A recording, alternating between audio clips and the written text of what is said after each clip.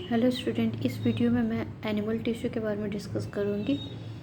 Okay, सबसे पहले आप एनिमल का जो स्ट्रक्चर है वो उसमें जो भी आपको डिफरेंट पार्ट्स दिख रहे हैं उसके बारे में आप सोचिए, ठीक है। तो उससे ये आसान हो जाएगा एनिमल टिश्यू डिस्कस करने में। तो ह्यूमन बीइंग भी तो एनिमल ही हैं, तो अपने बारे में हम लोग ज़्यादा ही समझते हैं, ठीक है। तो अपने ही टॉपिक उठाइए, आप अपने को ही देखिए। तो आपको कौन सा डिफरेंट पार्ट लग रहा है अपने बॉडी में? स्किन, इस राइट करते जाइए, स्किन है। उसके बाद आपको स्किन से टोटली डिफरेंट आपको बोन नज़र आ रहा है, ठीक है। बोन है, मसल है, ओके। ब्लड वो और भी डिफरेंट है। और क्या है आपके बॉडी में? ये सारे तो हो गए। और ब्रेन देखिए, ब्रेन और आपका स्पाइनल कॉर्ड जो है आपका वर्टिब्रल, जो वर्टिब्रल कॉलम जो है आपका मेरुदंड जिसको हिंदी बोलते हैं, उसके बीचों बीच जो ब्रेन से गया है स्ट्रक्चर स्पाइनल कॉर्ड, वो भी अलग दिखता है इन सब से, ठीक है। वाइटिश पिंक होता है ब्रेन, ठीक है। ना वो मसल है ना ब्लड जैसा दिखता है, ओके। तो अब ये जो डिफरेंट पार्ट्स आपको नज़र आ रहे हैं, इसका मतलब है इसके सेल्स आपस में एक जैसे होंगे नहीं।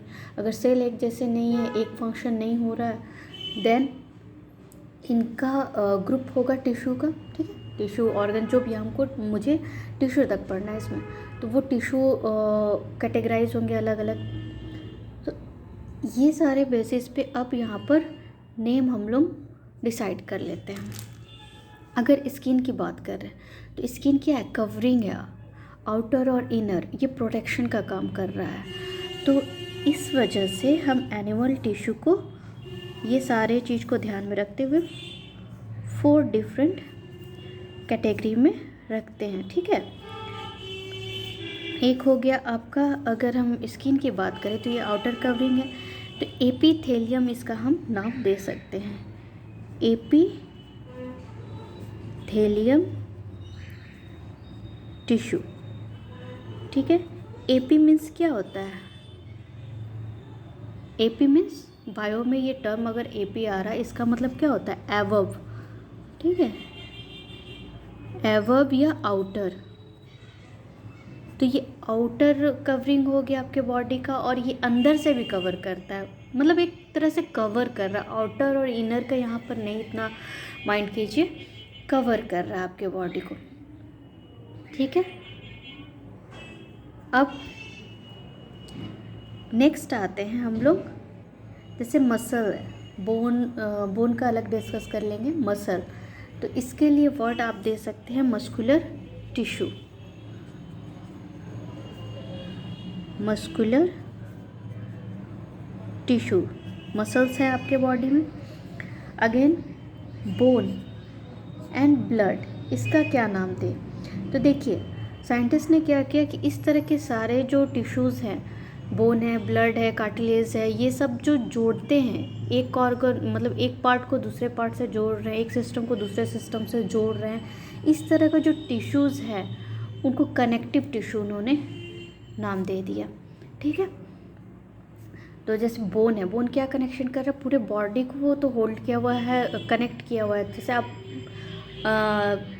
रन करते हैं, लोकोमोशन करते हैं, बढ़ते मूवमेंट करते हैं, तो केवल बोन ही नहीं ना जाता है, उसके साथ मसल जा रहा है, ऑर्गन सब सारे तो जा रहे हैं, तो ये कनेक्ट किया हुआ है। ब्लड है, आपका टो से लेके हेड तक के पार्ट्स को वो कनेक्ट किया हुआ है। वो नहीं रहेगा तो एनर्जी ही नहीं प्रोवाइड होगा, हर एक सेल में ऑक्सीजन नहीं प्रोवाइड होगा, ओके। तो ब्लड एंड बोन ये सब किस में आ जाएंगे? कनेक्टिव टिश्यू में। और भी है इसमें, बाद में डिस्कस करेंगे। कनेक्टिव टिश्यू क्यों? क्योंकि कनेक्ट कर रहे हैं।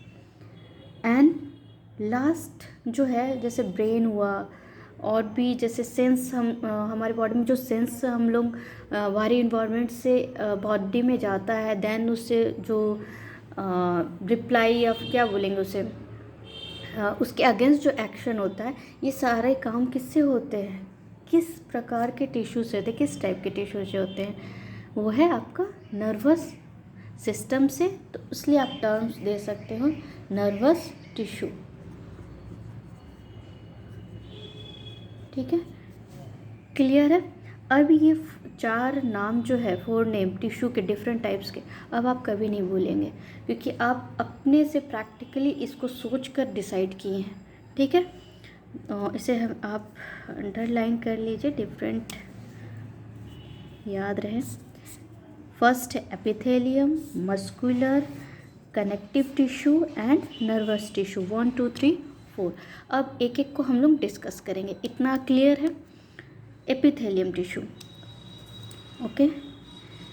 अब फर्स्ट जो है आपका एपिथेलियम टिश्यू, ओके।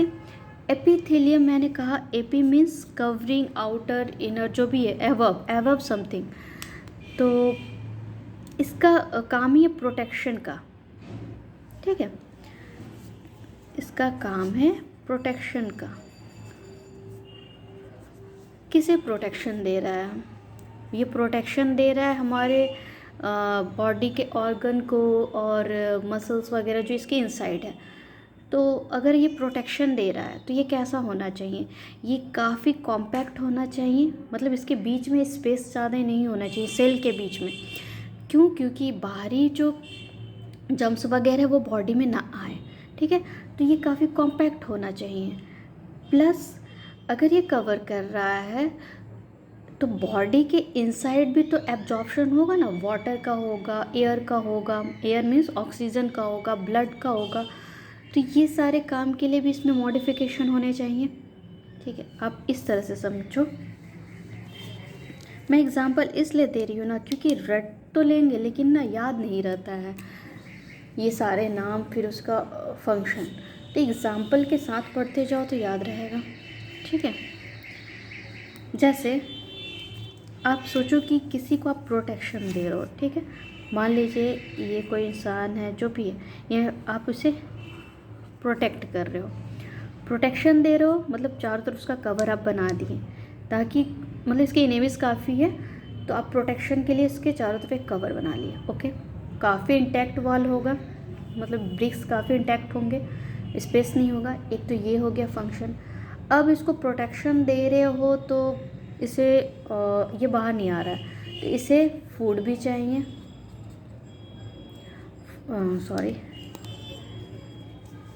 इसे फूड चाहिए, वाटर चाहिए, ऑक्सीजन चाहिए। ये सब का डिमांड कौन पूरा करेगा? ये सब का डिमांड भी आप ही करोगे ना, जब इसे प्रोटेक्शन दे रहे हो, बाहर नहीं निकलने दे रहे हो। ठीक है, इसका मतलब है इस टाइप के टिश्यू में फिल्ट्रेशन, एब्जॉर्प्शन, ये सब का कैपेसिटी होगा। ओके, मतलब फ़िल्टर करके आप इसे ऑक्सीजन दो, फिल्टर करके इसे आप वाटर दो। ठीक है, ये सारा भी कैपेसिटी इसमें होना चाहिए। अब इस बेसिस पे हम इसका टाइप्स भी डिस्कस कर लेंगे। ठीक है, सबसे पहले टाइप्स हम राइट कर दे रहे हैं और 1 बाय 1 इसका फंक्शन भी बता देंगे।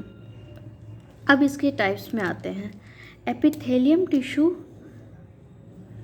का टाइप है आपका squamous epithelium, epithelium tissue, cuboidal epithelium tissue, columnar epithelial tissue and pseudo stratified columnar epithelial tissue. Pseudo stratified columnar epithelial tissue. देखिए, इसमें और भी टाइप्स आप लिख सकते हैं, जैसे ग्लैंडुलर एपिथेलियल टिश्यूज़, और जैसे हो गया आपका ग्लैंडुलर हो गया, सिलिएटेड हो गया। ठीक है, 1 बाय 1 सिलिएटेड या ग्लैंडुलर एपिथेलियल, 1 बाय 1 इसका डिस्कशन अभी करते हैं। ठीक है, उसके फंक्शन से।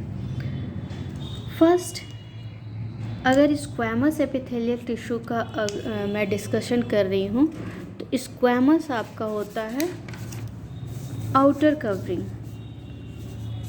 ठीक है, फर्स्ट स्क्वैमस डिस्कस कर लेते हैं। स्क्वैमस एपिथेलियल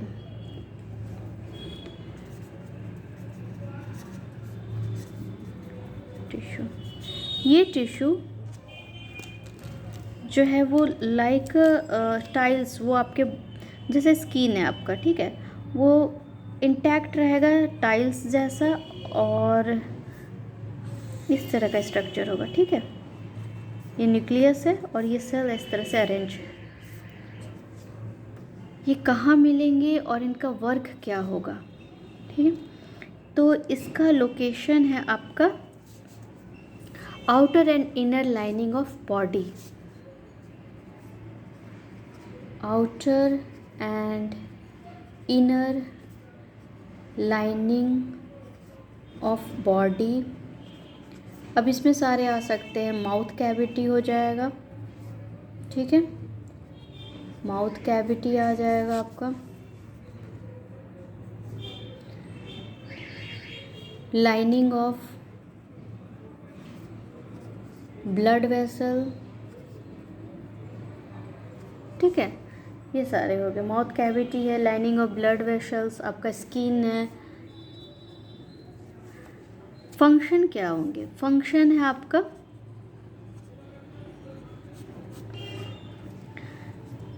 एब्जॉर्प्शन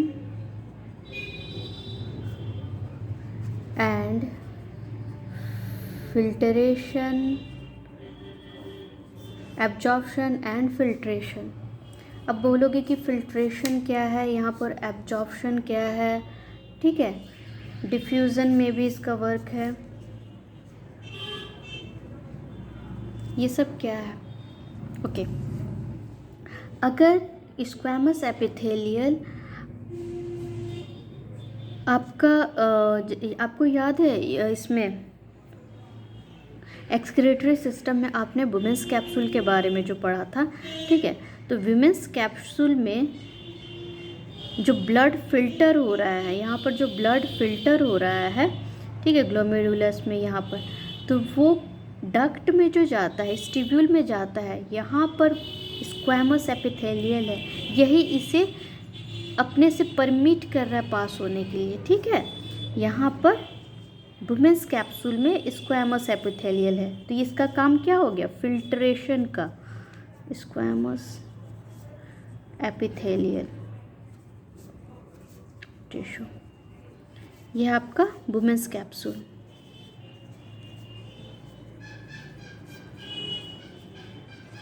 ठीक है। ये हो गया डिफ्यूज़न का। डिफ्यूज़न में आप इसे याद रख सकते हो, जो एयर सैक्स थे, आपको याद होगा रेस्पिरेटरी सिस्टम में एयर सैक्स आप पढ़े हैं, ठीक है, एयर सैक्स इस तरह से, ठीक है, एयर सैक्स जो पढ़े हैं आप एल्वियोली, वहाँ उसके वॉल में भी ये स्क्वैमस एपिथेलियल है,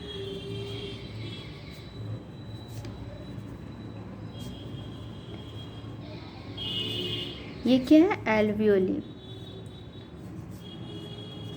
यहाँ पर इसका काम होगा, डिफ्यूज़न करता है ये, डिफ्यूज़न, ये हाँ डिफ्यूज़न के थ्रू ही ऑक्सीजन जो है वो इन होता है ब्लड वेसल में और कार्बन डाइऑक्साइड आउट होता है, तो ये परमिट कर रहा है इस चीज़ को, ठीक है।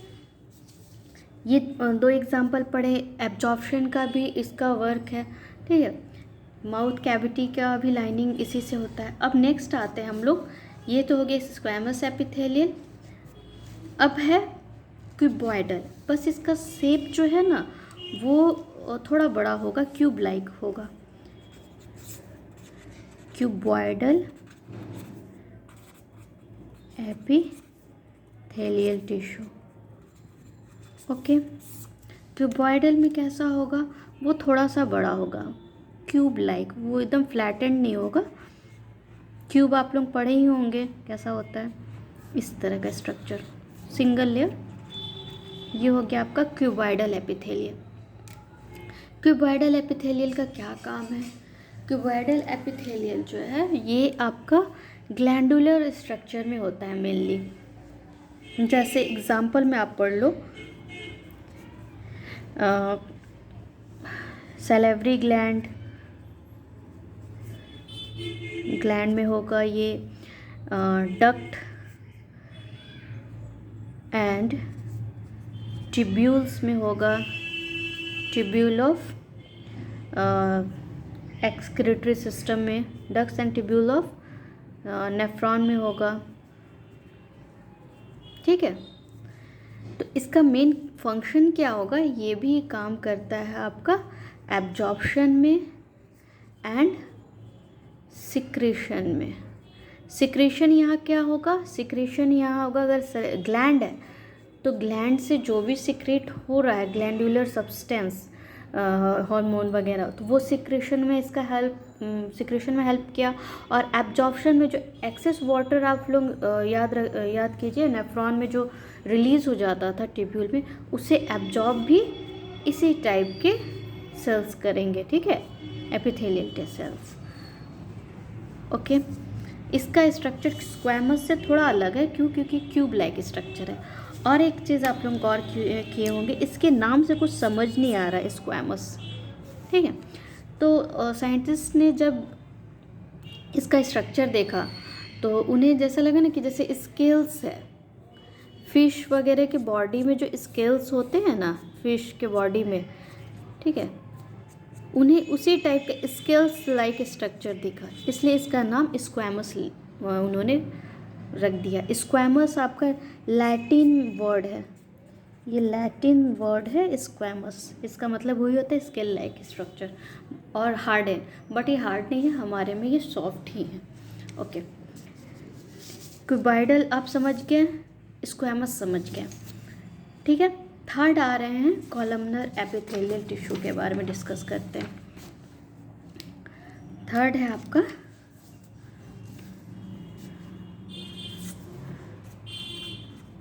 Columnar epithelial tissue. ठीक है, अब नाम से ही समझ में आ रहा है कॉलम लाइक, मतलब वो और भी बड़ा होगा, वो क्यूबॉइडल नहीं होगा उसका शेप, वो इस तरह का स्ट्रक्चर होगा। ठीक है, इलोंगेट ऐसा, ये समझ में आ गया। अब इसमें थोड़ा मॉडिफिकेशन भी कहीं कहीं होता है। अगर इसमें इसके सेल्स में इस तरह फिंगर लाइक प्रोजेक्शन होगा, जैसे सिलिया बोलते हैं, तो उसे हम बोलेंगे सिलिएटेड कॉलमनर एपिथेलियल टिश्यू, इस तरह से। ठीक है, इसका नाम आप लिख लोगे, ये तो आप ऐसे सिंपल लिख सकते हैं, इसका नाम हो जाएगा ciliated columnar epithelial tissue, epithelial tissue. ये कहाँ आपको दिखते हैं, ये कहाँ मिलेगा बॉडी में, तो इसका फंक्शन होगा ऐसे जगह पे ये होंगे, बिकॉज ये सिलिया है इसमें, तो ये भी एब्जॉर्प्शन का काम करेंगे।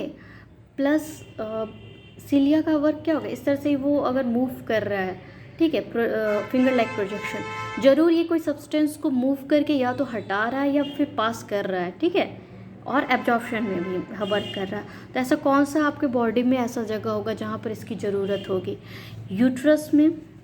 कहाँ मिलेगा ये लोकेशन इसका, यूट्रस में। क्यों, क्योंकि वहाँ पर एग वगैरह को वो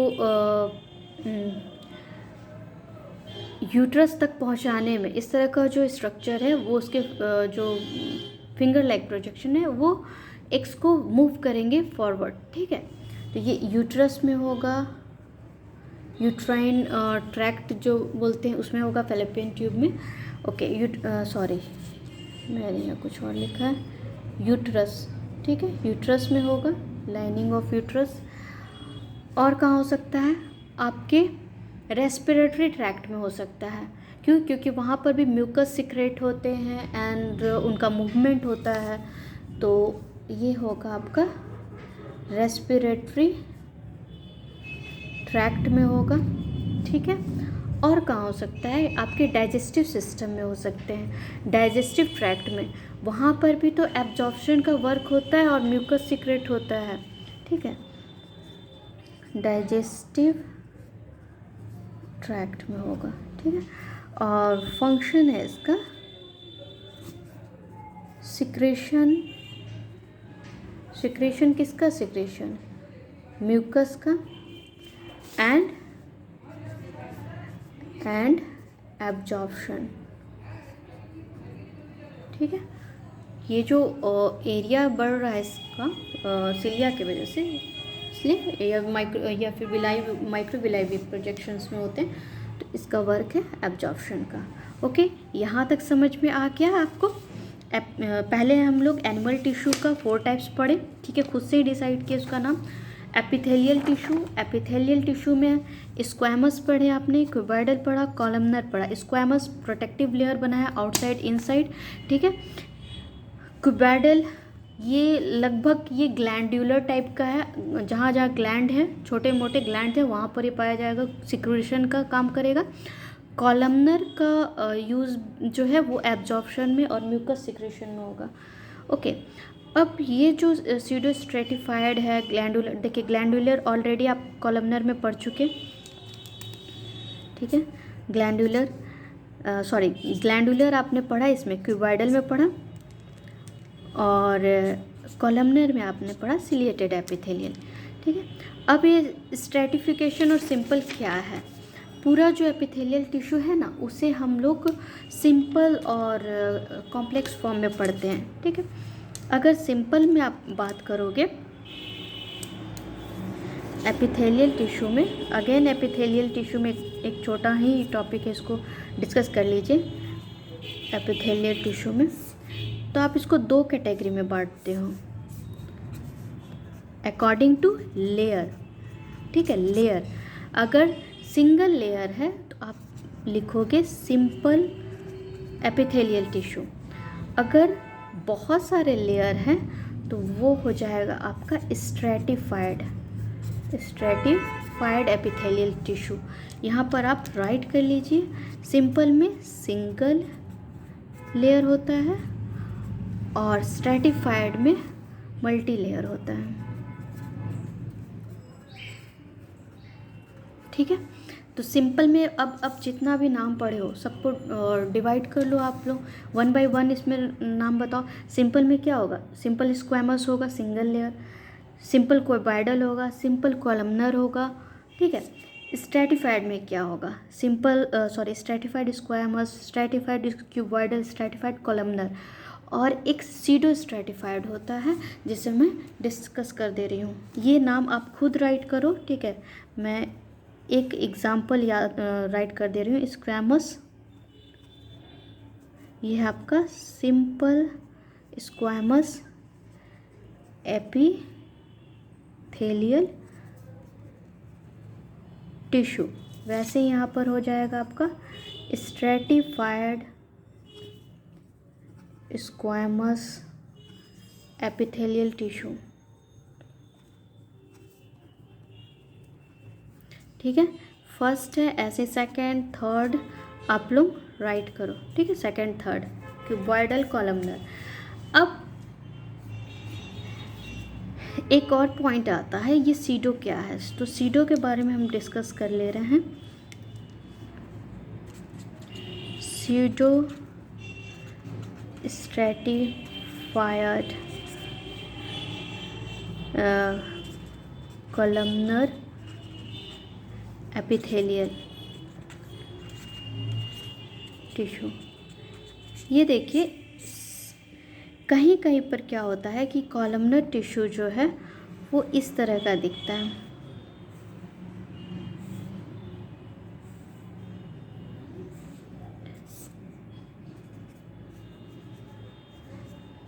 ये देखने में स्ट्रेटिफाइड लग रहा है, बहुत सारा लेयर लग रहा है, पर एक्चुअली लेयर नहीं है। सेल्स के कुछ पार्ट जो है वो थिक है, कुछ थीन है। तो ये सीडो एक फॉल्स क्रिएट कर रहा है कि ये स्ट्रेटिफाइड है, बहुत सारे लेयर है, फॉल्स है ये, ठीक है, फॉल्स स्ट्रैटिफिकेशन ये दिखा रहा है, ठीक है। इसलिए फॉल्स के कारण इसका नाम पड़ गया है सीडो, ठीक है। फॉल्स को हम बायो में टर्म दे देते हैं pseudo, pseudo stratified columnar epithelial.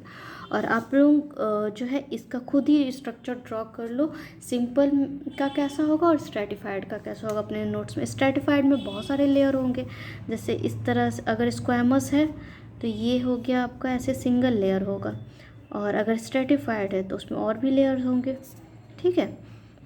और स्ट्रैटिफाइड आपका मिलता है स्किन में, स्ट्रैटिफाइड स्क्वैमस।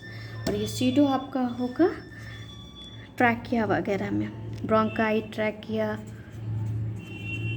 ये एग्जाम्पल होंगे, ठीक है, ट्रैकिया।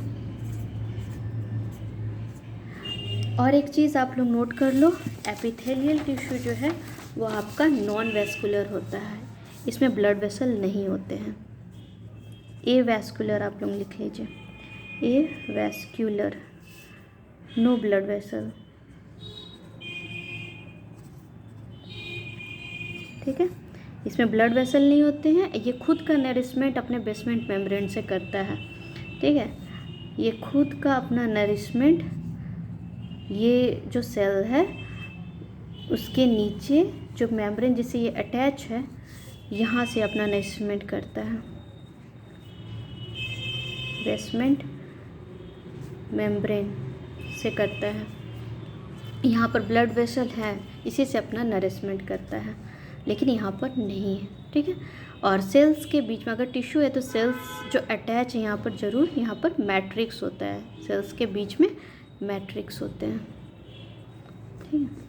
ओके, नेक्स्ट वीडियो में मैं आगे प्रोसीड करूँगी मस्कुलर टिश्यू, ठीक है, then connective and nervous. Okay, कोई भी प्रॉब्लम हो या फिर कोई क्वेश्चन है सबसे रिलेटेड तो आप कमेंट बॉक्स में ज़रूर से राइट कर लो, ठीक है। इसे क्लिक कर लीजिए, देन इसका जो नेक्स्ट पार्ट था इसे भी